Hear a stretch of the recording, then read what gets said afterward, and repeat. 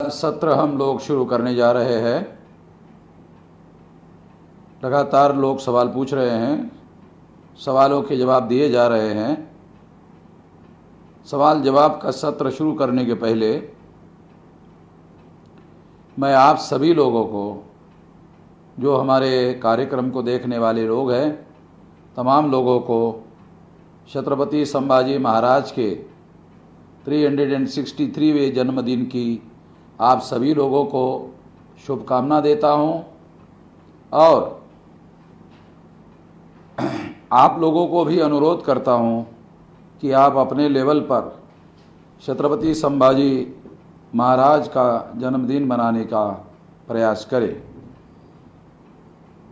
धन्यवाद। अभी हम क्रमबद्ध तरीके से सवाल जवाब का कार्यक्रम शुरू करने जा रहे हैं। पहला सवाल है संजय भारती, एमपी के सीहोर जिले से हूँ। हमारे यहाँ के स्कूलों में सरस्वती वंदना होती है, यह संविधान के अनुच्छेद 28 के विरुद्ध है। इसे कैसे रोका जा सकता है? जब आप खुद कह रहे हैं कि ये संविधान के अनुच्छेद 28 के विरुद्ध है, तो आप जिस स्कूल में ऐसा हो रहा है उसको लिखित निवेदन दीजिए कि ये संविधान के आर्टिकल 28 के विरुद्ध है। यदि आपने ऐसा बंद नहीं किया और ज़बरदस्ती थोपने की कोशिश की तो आपके खिलाफ हम लोग हाई कोर्ट, सुप्रीम कोर्ट में जाएंगे। ऐसा उनको लिख कर दीजिए। सत्येंद्र मूल निवासी, पितानपुरवा, रसूलाबाद, कानपुर देहात।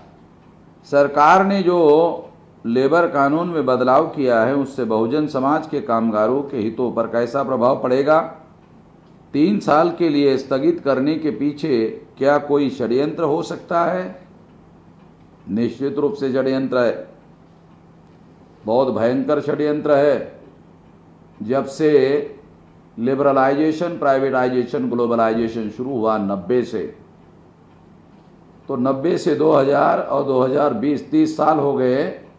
लेबर लॉज में भारत के उद्योगपति चेंज करने की मांग कर रहे थे, मगर वो चेंज हो नहीं पा रहा था। और ये चेंज करने का काम आज बीजेपी ने किया है, मगर ये चेंज करने का प्रस्ताव कांग्रेस का है। कांग्रेस ने इस प्रस्ताव को देकर रखा हुआ है, बीजेपी ने उस पर अमल किया है। तो कांग्रेस ने केवल इतना बयान दिया कि हम लोग केवल लेबर लोगों के साथ में हैं, लेबर लोगों के साथ में हैं ऐसा कह रहे हैं, मगर लेबर लोगों के हक और अधिकार का विरोध खत्म हो रहे हैं, उसका विरोध करने का काम कांग्रेस के द्वारा नहीं हो रहा है। तो कांग्रेस और बीजेपी, बीजेपी और कांग्रेस, ये सारे इस मुद्दे पर मिले हुए हैं। इस षड्यंत्र को इस तरीके से देखने की, समझने की जरूरत है। ये केवल बीजेपी का षड्यंत्र नहीं है। 1942 को बाबा साहब अम्बेडकर लेबर मिनिस्टर बने थे, उस समय ये लेबर लॉज बनाए गए थे। वो तमाम लेबर लॉज को खत्म किया जा रहा है, कर दिया गया है, और केवल 3 साल के नाम पर कर दिया गया है। मगर भारत सरकार जिन विदेशी कंपनियों को एग्रीमेंट के तहत भारत में लाएगी, उनके साथ 3 साल का एग्रीमेंट होने वाला नहीं है। वो एग्रीमेंट तो परमानेंट होने वाला है। फिर उसके बाद वो 3 साल का कानून परमानेंट रहेगा, वो केवल 3 साल तक नहीं रहेगा। इन बातों को ध्यान में रखते हुए इसके विरोध में हम लोगों ने जेल भरो आंदोलन 18 तारीख को घोषित किया हुआ है। मगर 18 तारीख को भारत सरकार ने दोबारा लॉकडाउन घोषित किया है। अब ये लॉकडाउन कौन से तारीख तक रहेगा? मैक्सिमम 30 मई तक तो हर हालत में रहेगा, ऐसे कहा जा सकता है। हो सकता है उसके बाद में फर्स्ट वीक ऑफ जून तक भी रह सकता है। तो अगर ऐसा होता है तो 18 तारीख का हमारा जो जेल भरो आंदोलन है वो स्थगित होगा, पोस्टपोन्ड होगा, आगे होगा, आगे करेंगे। मगर इसके बदले में हम दूसरा कोई आंदोलन घोषित करेंगे और ये आंदोलन जो घोषित करेंगे वो 18 तारीख को सवेरे 11-12 के दरमियान करेंगे। ये मैं इस मौके पर सवाल जवाब के सत्र के मौके पर इसकी घोषणा करता हूं। तीसरा सवाल है लोकेश गोमेल, यूरेशिया पुस्तक बहुत अच्छी है सर, इस पुस्तक को आम लोगों तक पहुंचाया जाए, इसके लिए क्या करना पड़ेगा? और ओवैसी के पार्टी कार्यकर्ता ने जो रेप किया है उसके लिए आपकी तरफ से क्या राय है? 2 सवाल आपने पूछे हैं लोकेश जी कि यूरेशिया जो पुस्तक लिखी गई है उसमें ये पूरे डॉक्यूमेंट्री एविडेंस के आधार पर, डीएनए के आधार पर और 117 दुनिया के विद्वानों के साइंटिस्ट के आधार पर ये सिद्ध किया है कि ब्राह्मण विदेशी है, यूरेशियन है, भारतीय नहीं है। जैसे अंग्रेज विदेशी थे उसी तरह से ब्राह्मण भी विदेशी है, बल्कि अंग्रेजों से ज्यादा खतरनाक विदेशी है। तो इसका आपको जितना समझ में आया अपने इलाके में टेलीफोन से, वीडियो से जो प्रचार कर सकते हो आप करिए। दूसरा आपका सवाल है ओवैसी के पार्टी के कार्यकर्ता ने जो रेप किया है उसके लिए आपकी क्या राय है? पहली राय तो यह है कि मैं इस बात को नहीं मानता कि ओवैसी ने उस कार्यकर्ता को रेप करने के लिए कहा हो या ओवैसी के पार्टी ने ऐसा करने के लिए कहा हो, ऐसा मैं नहीं मानता।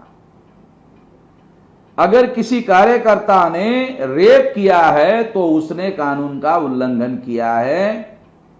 वो मुसलमान हो सकता है, एससी एसटी ओबीसी हो सकता है, ब्राह्मण क्षत्रिय वैश्य हो सकता है, कोई भी जाति का हो सकता है। कानून के अनुसार उसके साथ व्यवहार किया जाना चाहिए, उसको पकड़ना चाहिए और कोर्ट ऑफ लॉ में उस पर केस दायर किया जाना चाहिए, केस लड़ाया जाना चाहिए और हर संभव उसके ऊपर केस चलाकर जेल में भेजने की पूरी व्यवस्था करनी चाहिए। क्रिस्टीना वेफॉन, why you don't talk about biometric data in your Aadhaar card? Is it not a bad for our safety? निश्चित रूप से ये तमाम भारतीय लोगों के सेफ्टी के लिए, सुरक्षा के लिए खतरा है। इस पर हमने सारे देश भर में संगठन के द्वारा अभियान चलाया था, वामसेप के द्वारा। हम इसके विरोध में हैं और ये जो बायोमेट्रिक डाटा है इसके हम शुरू से विरोध में हैं, अभी भी विरोध में हैं, आगे भी विरोध में रहेंगे और इसको आने वाले समय में जो देशव्यापी आंदोलन होगा उस आंदोलन में भी इस मुद्दे को शामिल करेंगे। मेवालाल, सर वामसेप में जय भीम का नारा बोला जाता है कि नहीं? मैंने सिर्फ जय मूल्यवासी सुनता हूं। मेवालाल जी, जय भीम ये एक अभिवादन है। बाबा साहब आम्बेडकर को मानने वाले जो लोग हैं वो आपस में जब मिलते हैं तो मिलने के दौरान अभिवादन में जय भीम कहते हैं। पहले वो राम राम करते थे, अभी वो जय भीम करते हैं, अच्छी बात है। मगर जो बाबा साहब आम्बेडकर को मानते नहीं हैं, ऐसे बहुत सारे एससी एसटी ओबीसी के लोग हैं, उन लोगों को ध्यान में रखते हुए हमने एक स्लोगन दिया है। वो राष्ट्रवादी स्लोगन है, ये अभिवादन नहीं है, राष्ट्रवादी स्लोगन है। वो स्लोगन है जय मूल निवासी। जब एक मूल निवासी दूसरे मूल निवासी से मिलता है तो कहता है तुम मूल निवासी हो, मैं तुम्हारी जय कहता हूं, तुम्हारी विजय हो। तो दूसरा मूल निवासी उसको जवाब देता है कि जब तुम मेरे विजय की कामना करते हो तो मैं भी तुम्हें जय मूल निवासी कहता हूं, तुम्हारी भी जय हो। ये एक स्लोगन है जो मूल निवासियों के बीच में भारत में लोकप्रिय किया जा रहा है। एक राष्ट्रवादी स्लोगन है जो इस देश के मूल निवासी है उसके लिए है। ब्राह्मण कभी भी जय मूल निवासी का नारा नहीं देने वाला है। Arshad Khan, my question is why don't you campaign your ideas among SC ST OBC। Arshad Khan ji, आप बहुत ही नए नए लगते हो। मैं 43 ईयर से यही कर रहा हूं और हमारा संगठन 31 राज्यों में 542 जिलों में 3500 तहसीलों में 22,000 ब्लॉक में 1.5 लाख गांव में फैला हुआ है। और आप हमें अभी सलाह दे रहे हो। जो आंदोलन इतना बड़ा हमने निर्माण किया है, उस आंदोलन को क्या बगैर आइडियाज का प्रचार करके ही किया है?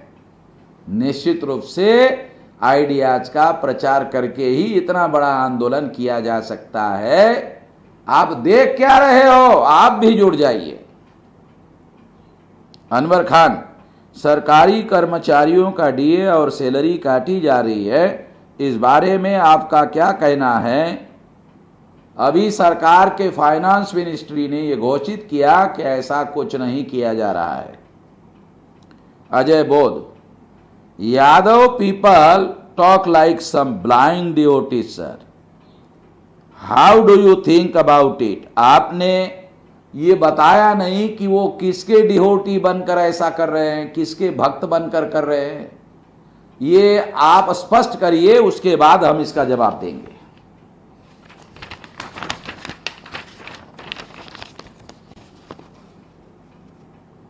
मंतू पटेल, बिहार जिला पूर्वी चंपारण से हूँ। मेरा प्रश्न है, अखिल भारतीय विद्यार्थी परिषद ये संगठन किसने बनाया और क्या ये RSS वालों से मिला हुआ है? क्या OBC वाला इस संगठन के साथ बहुत लोग जुड़े हुए हैं? कृपया मार्गदर्शन करें। अखिल भारतीय विद्यार्थी परिषद ये RSS का विद्यार्थियों का संगठन है। ये ब्राह्मणों ने जो मूल निवासी SC ST OBC है उनको भारत में गुलाम बनाने रखने के लिए ये संगठन बनाया हुआ है। अगर बैकवर्ड के लोग इसके साथ जुड़ रहे हैं तो ये बैकवर्ड का सत्यानाश होने का मामला है। तो इसके बारे में आप सतर्क हो जाइए और OBC के स्टूडेंट को जगाने का काम करिए। डॉक्टर जाकिर शेख, सर जो लोग बिना एग्जाम दिए अधिकारी हो रहे हैं, इससे बहुजन नौकरी से वंचित होंगे। आपकी क्या राय? निश्चित रूप से वंचित होंगे, हम इसके विरोध में हैं।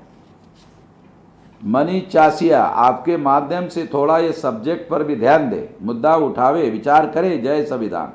आपसे रिक्वेस्ट है कि इतने बड़े लोगों का कर्जा माफ हो रहा है तो जो सिविल डिफॉल्टर है उसका भी कर्जा माफ होना चाहिए। इससे जो हमारे समाज के मध्यम लोग गलती सुधार के नया स्टार्टअप लोन है वो ले सके, जो आपकी कड़ी मेहनत और विश्वगुरु बनने की सोच से दिया जा रहा है, मेक इन इंडिया, उसका लाभ ले सके। ब्याजखोरी खत्म हो, SC ST OBC ओपन सभी कैटेगरी को इसका लाभ मिलना चाहिए। सब जानबूझकर डिफॉल्टर नहीं हुए हैं, कहीं कुछ तकलीफ हो तो जरूर है, सब हैरान है, कृपया इसे ध्यान में लाए। राजा वो होता है जो देश की सब जनता का सोचे, उनका गलती सुधारने की कोशिश करे। सिविल रिपोर्ट के नाम पे भी बहुत बड़ा कारोबार चलता है, आपसे निवेदन है इस पर ध्यान दें। एक तो आप जो डिफॉल्टर बैंक से 68,000 करोड़ रुपया का आप विरोध कर रहे हैं, तो हम आपकी भावना सहमत है, हम ये मुद्दा आंदोलन में भी डाल रहे हैं। दूसरा, स्टार्टअप करने के लिए लोगों को जो लोन मिलना चाहिए, हम उस भावना से भी समर्थन में है, एक अच्छी बात है। मगर केंद्र सरकार ने अभी जो 3,70,000 करोड़ रुपए का SEME के लिए लोन घोषित किया है, वो केवल बैंकों को दिया हुआ डायरेक्शन है, सरकार ने उसमें एक नया पैसा इन्वेस्ट नहीं किया है। इसको समझने की कोशिश करो, ये आयवॉश है, धोखाधड़ी है और कुछ नहीं है। बैंक पैसा देगा ही, इसकी कोई गारंटी नहीं है। तो ये सारा प्रोपोगंडा करने का मामला है। प्रेम महेश्वरी, डांगर, कच्छ, गांधीधाम से, सर मेरा सवाल है कि कोरोना का मामला लंबा चलेगा, मुझे लग रहा है क्या जन आंदोलन में इससे कोई रुकावट आएगी? कोरोना मामला चलना है अलग बात है, लॉकडाउन चलना अलग बात है। अभी मेरा ऐसा मानना है लॉकडाउन भी चलता रहेगा, कोरोना भी चलता रहेगा, और लोगों को अपना कामकाज करने के लिए सरकार के द्वारा ढील भी दी जाती रहेगी। आने वाले समय में जो संगठनाएं हैं उन लोगों को जब उद्योगों को ढील मिलेगी तो संगठनाओं को अपने मौलिक अधिकारों के आधार पर काम करने का अवसर मिलेगा, ऐसा कहा जा सकता है। नहीं तो हम लोग इसके लिए सुप्रीम कोर्ट और आंदोलन को खड़ा करने की कोशिश करेंगे। लखीचंद नाग, सर किसान देश की रीढ़ की हड्डी है, लेकिन इस देश में किसान के साथ सबसे ज़्यादा जाति हो रही, इस संबंध में आपका क्या विचार है? किसान के साथ 15 अगस्त 47 से धोखाधड़ी हो रही है, क्योंकि ज्योतिराव फुले ने कहा था सेठ जी भट्ट जी ये किसानों के दुश्मन हैं, मगर किसानों को गुमराह करके गांधी ने गुमराह करके, गांधी तो बनिया, भट्ट जी जवाहरलाल नेहरू और सेठ जी गांधी, इनके झांसे में किसान फंस गया और आज़ादी उनको मिली, और उन्होंने जो किसानों के दुश्मन थे उन्होंने किसानों का आज़ाद भारत में सत्यानाश करने का काम किया। इसलिए किसानों का हम अलग संगठन बना रहे हैं और उसका राष्ट्रव्यापी आंदोलन भी निर्माण करने की दिशा में आगे बढ़ रहे हैं। Siya mister KR, activist fund minimum कितना निर्धारित है?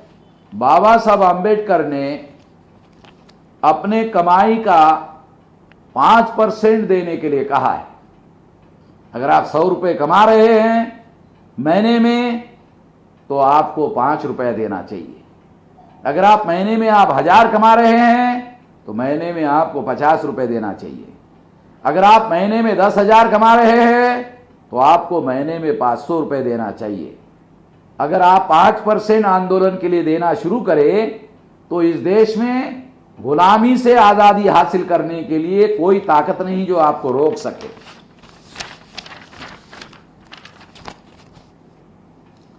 किशन पाल सिंह, क्या भारत के मंत्रियों को संवैधानिक पद पर बैठकर पब्लिकली वेद शास्त्रों की बात करने की संवैधानिक इजाजत है?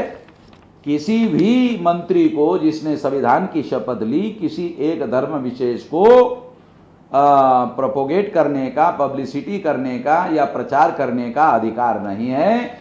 अगर ऐसा कोई सबूत आपके पास में है तो इसके विरोध में कोर्ट में जाया जा सकता है। चंद्रशेखर दास, बहुजन क्रांति मोर्चा पटना बिहार, बीजेपी सरकार ने कोरोना के खेल में 4 ब्राह्मणों को बिना IAS परीक्षा केंद्र में सचिव पद पर नियुक्त कर दिया है। क्या यह संवैधानिक व्यवस्था के तहत किया गया है? हम नहीं मानते ये संवैधानिक पद है, मगर ये बहुमत के आधार पर किया जा रहा है और ये मूल निवासी लोगों के विरोध में है। इस बात को हम आने वाले समय में आंदोलन में मुद्दा बनाएंगे। निर्था नायक, सर मैं state Odisha district Nuapada block Sinapali Khariar, मेरा सवाल ये है सर आपके स्पीच यूट्यूब पर अवेलेबल है, क्या आपके स्पीच बड़े पर्दे पर हर गांव में दिखा सकते हैं हमारे समाज की जागृति के लिए? स्थानिक बाम से भारत मुक्ति मोर्चा के कार्यकर्ताओं के साथ मिलजुल कर आप ऐसा कर सकते हैं। रमेश बोरवा, भारत में यदि किसी न्यायाधीश के संबंध में भ्रष्टाचार या भेदभाव की शिकायत करते हैं तो शिकायतकर्ता को कार्रवाई अथवा जांच की कोई जानकारी नहीं दी जाती। भारत में ऐसा कोई नियम या संस्था नहीं है जो न्यायाधीशों के भ्रष्टाचार पर कार्रवाई कर सके। यदि है तो कृपया विस्तार से इसकी जानकारी दे। संविधान निर्माता बाबा साहब आम्बेडकर ने संसद को न्यायाधीशों के भ्रष्टाचार की इंक्वायरी करने का अधिकार दिया है। एडवोकेट BM सिंह, जिला अध्यक्ष IALA जिला मेरठ उत्तर प्रदेश, सर जी, मेरा सवाल यह है कि ब्राह्मणों ने किस सन में हिंदू धर्म का प्रोपेगेंडा चलाकर ओबीसी को मूर्ख बनाने का कार्य शुरू किया? कृपया आप मार्गदर्शन करिए। जब 1922 को ब्राह्मणों ने महाराष्ट्र के नासिक में बैठकर, गोदावरी नदी के किनारे में बैठकर हिंदू महासभा नाम का संगठन बनाया, तब से उन लोगों ने ओबीसी को मूर्ख बनाने का कार्यक्रम शुरू किया। मगर ये सबसे बड़े पैमाने पर जब मंडल कमीशन आया और राम जन्मभूमि बाबरी मस्जिद का मामला शुरू किया, तब से सबसे ज्यादा बड़े पैमाने पर ओबीसी को गधा बनाने का कार्यक्रम किया। इसको समझने की जरूरत है। हितेश सोया गुजरात से, सर आर्य ब्राह्मण की बजाय मामसेप यूरेशियन शब्द उपयोग करते हैं, तो आर्य और यूरेशियन में भिन्नता अंतर क्या है? जिन ब्राह्मणों को पहले आर्य कहा जाता था उसका कोई डॉक्यूमेंट्री या वैज्ञानिक सबूत नहीं था। अब डीएनए के आधार पर यह सिद्ध हो गया कि जिन ब्राह्मणों को आर्य कहा जाता था वो आर्य नहीं थे, डीएनए के अनुसार वो यूरेशियन थे। इसलिए अब भविष्य में ब्राह्मणों को आर्य कहना गलत है, उनको यूरेशियन कहा जाना चाहिए। जैसे अंग्रेज इंग्लैंड से भारत में आए थे, वैसे ही यूरेशिया से ब्राह्मण भारत में आए हैं। और इन ब्राह्मणों को जो भारत में आए हैं, डीएनए के अनुसार ये सिद्ध किया गया है कि ये यूरेशिया से भारत में आए हुए विदेशी लोग हैं और अंग्रेजों से ज्यादा खतरनाक लोग हैं। सर, हमें फील्ड में एक सवाल आता है कि हम लोग ब्राह्मणों का विरोध करते हैं, पर बाबा साहब ने तो ब्राह्मणी से शादी की थी, तो ये बात कंट्रोवर्शियल नहीं है। बाबा साहब आम्बेडकर ने जो डायबिटिक के एक्सट्रीम बीमार थे, उनको डायबिटिक बीमारी में इंसुलिन लेना पड़ता था, इसके लिए एक डॉक्टर लेडी की जरूरत थी, इसलिए शादी किया। मगर नागपुर भंडारा में जब वो चुनाव बाई इलेक्शन लड़ने के लिए गए तो सर्किट हाउस में कार्यकर्ताओं की जब मीटिंग हो रही थी, उसमें एक कार्यकर्ता ने सवाल पूछा कि आपने ब्राह्मणी से शादी की, आपने ऐसा क्यों किया? तो बाबा साहब आम्बेडकर ने उसको जवाब दिया कि मेरी ये समस्या थी, इस वजह से मैंने ये शादी की, मगर इसका अनुकरण समाज के लोगों को करना चाहिए, ऐसा मैं नहीं कह रहा हूं।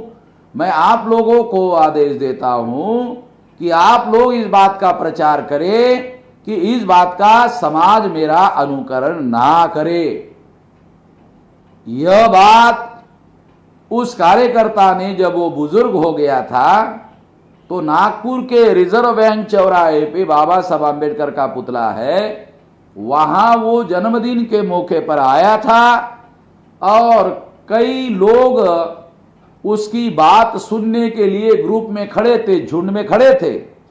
इतने में हमारा एक पुराना कार्यकर्ता था धर्मेश गजबीये, वो वहां गया और वो भी अंदर क्या चल रहा है देखने लगा, तो वो ये बात कह रहा था।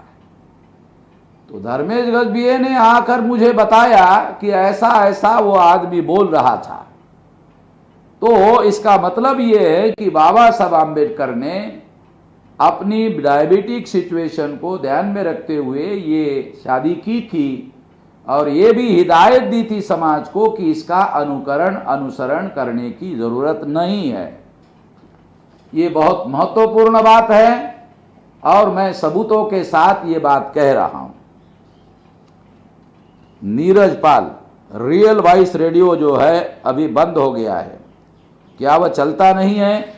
अभी कुछ समय के लिए इसे टेम्पररी बंद रखा हुआ है, कुछ दिन के बाद इसे शुरू किया जा सकता है।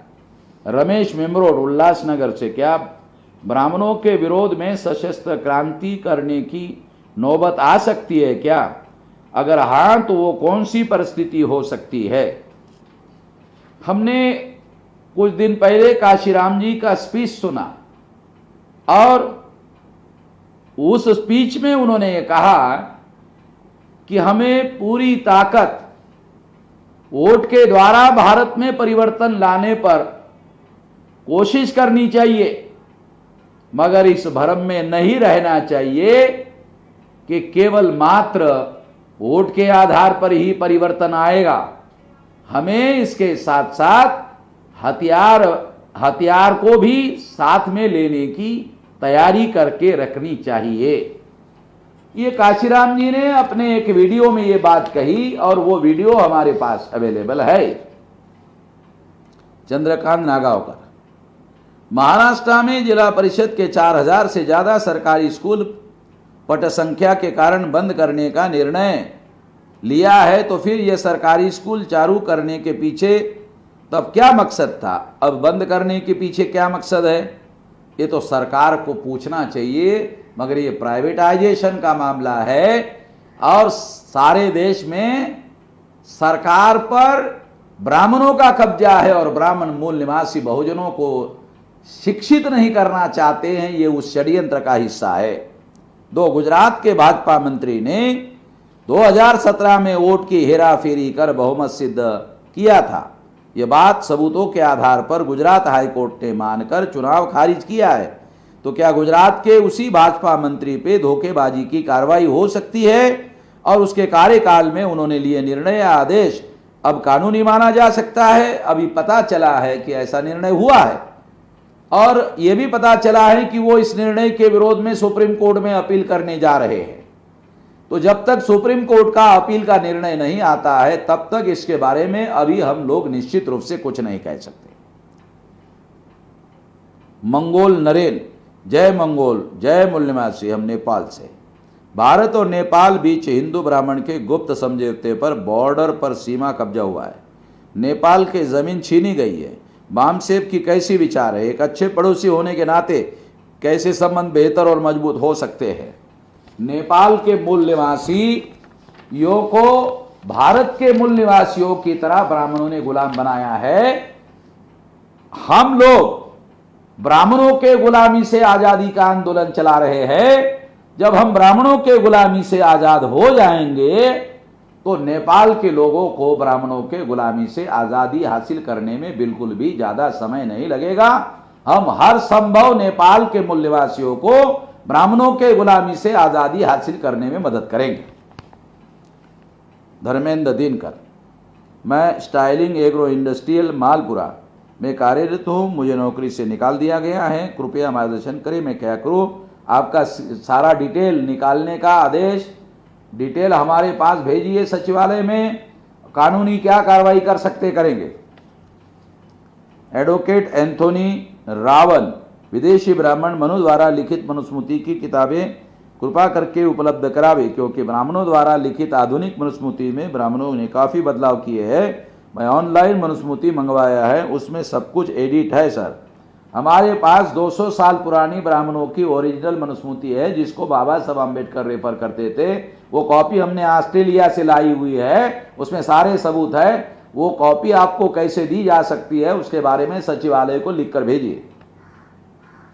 पवन घरडे, मानव अधिकार का हनन हो रहा है तो क्या मोदी और बीजेपी सरकार पे मुकदमा दर्ज कर सकते हैं? निश्चित रूप से कर सकते हैं, सबूतों के आधार पर। पुष्पेंद्र भोगिनीपुर, भारतीय विद्यार्थी मोर्चा, जिला यूनिट कानपुर देहात। जब विश्व के किसी भी देश में ईवीएम से चुनाव नहीं होता है तो फिर भारत में जबरन क्यों थोपी जा रही है? ऐसा क्या कारण है? ईवीएम भारत में बैन नहीं हो पा रही है। 3%, 3.5% ब्राह्मण हैं। ईमानदारी से चुनाव हो तो ब्राह्मणों का साम्राज्य खत्म हो सकता है। इस बात को ध्यान में रखते हुए उन्होंने ईवीएम भारत में लाया हुआ है। कांग्रेस गद्दारों को मारने की बात की उन्होंने, उस केस में कोई सुनवाई हुई है या नहीं हुई है? पता चला है कि ये केस कोर्ट में चल रहा है। अब इसके बारे में कोई डेवलपमेंट की जानकारी हमारे पास नहीं है, जानकारी करके बताएंगे। श्रीजी पाल, श्रीजी सर, मेरा सवाल है कि जो SC ST OBC के ऊपर जो जुल्म हो रहा है उसका केस पुलिस थाना में दर्ज नहीं हो पा रहा है, इसका क्या हल है? हमारे पास लिखकर भेजिए। पुलिस वाला कैसे FIR नहीं नोंद करता है देखते हैं, और अगर नोंद नहीं किया उसी के ऊपर FIR कर देते हैं।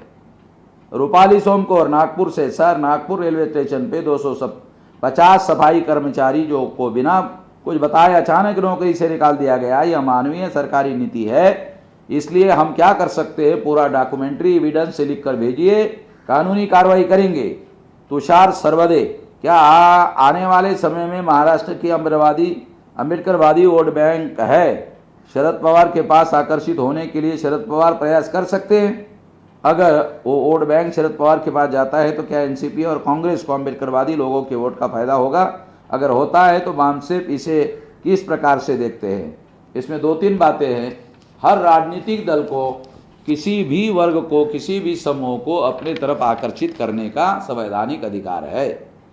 और जो अम्बेडकरवादी लोग हैं वो लोग भी अपने लोगों को साथ में लेकर और दूसरे लोगों को साथ में लेकर अपनी पार्टी भी बड़े पैमाने पर चलाने का अधिकार है।